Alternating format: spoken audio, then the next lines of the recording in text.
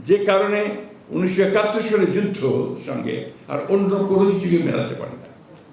আর সেই কারণেই শহীদ প্রেসিডেন্ট জিয়া রহমান আমার কাছে একজন অনন্য পুরুষ, ক্ষণজন্মা পুরুষ, যে তিনি মুক্তিযুদ্ধের ঘোষণা দিয়ে যুদ্ধ শুরু করেছিলেন। আমি মনে করি এটা আমার কাছে একটা বিরাট।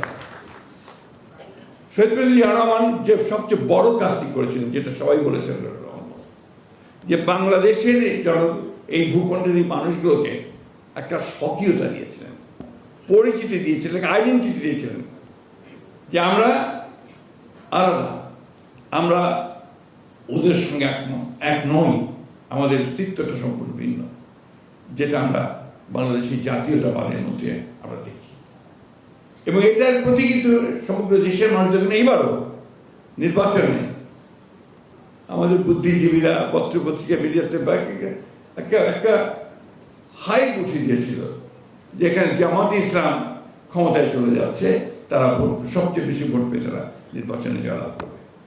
এমনকি আমাকে পর্যন্ত পরাজিত করে রেখে দিয়েছিল মিডিয়াতে, ঠিক না?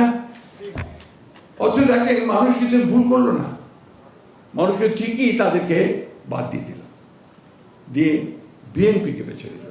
কেন? কারণ বিএনপি প্রতিনিধিত্ব করে একটা উদার গণতান্ত্রিক রাজনীতি। আমি সবসময় যে কথাটা বলি, জোর দিয়ে বলি, যে BNP is a party of liberal democracy. আমরা উদার গণতন্ত্রে বিশ্বাস করি, সেই উদার গণতন্ত্রকে আমরা প্রতিষ্ঠিত করতে চাই। আমরা এখানে অন্য কোনো বিভাজন সৃষ্টি করতে চাই না। বাংলাদেশ যে কারণে সৃষ্টি হয়েছে, সে কারণেই আমরা আরো জোর দিয়ে আমরা সেই দেশকে প্রতিষ্ঠিত করতে চাই। সে কারণে আমার নেতা, আমাদের প্রধানমন্ত্রী তারেক রহমান সাহেব যে স্লোগানটা দিয়েছেন, সবার আগে বাংলাদেশ, এটার মধ্যে আপনার কোনো ঝামেলা নেই। ওই যেমন শহীদ প্রেসিডেন্ট জিয়া রহমান গানটাকে বেছে নিয়েছিলেন, যে প্রথম বাংলাদেশ আমার শেষ বাংলাদেশ, ঠিক এটা একই সেইভাবেই সবার আগে বাংলাদেশ।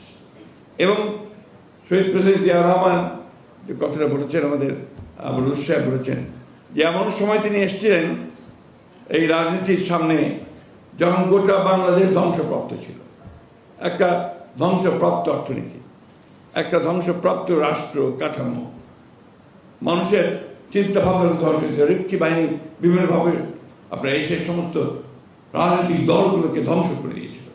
সেইখানে জিয়া রহমান সাহেব এসে সেটাকে আবার সেই ধ্বংসের মধ্যে নতুন করে, কোনো বিভক্তি করে নয়, সমস্ত রাজনৈতিক চিন্তাগুলো একভাবে চিন্তা করতে দলগুলোকে নিয়ে তিনি প্রথমে ফ্রন্ট করেছেন, তারপরে জাগদল করেছেন, ফ্রন্ট করেছেন, তারপরে বিএনপি করেছেন। মূল বিষয়টাই ছিল সবাইকে নিয়ে করা, রিকনসিলিয়েশন করা, সবাইকে নিয়ে সামনের দিকে এগিয়ে যাওয়ার চেষ্টা করা।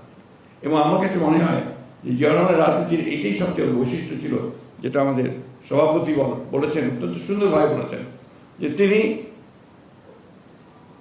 বাংলাদেশকে কারো শত্রু বানাতে চান না। তিনি সবার সঙ্গে মিত্রতা সৃষ্টি করার চেষ্টা করেছেন এবং বেশিরভাগ ক্ষেত্রে সফল হয়েছেন এবং সেই সফলতা নিয়ে তিনি সামনের দিকে এগিয়ে গেছেন।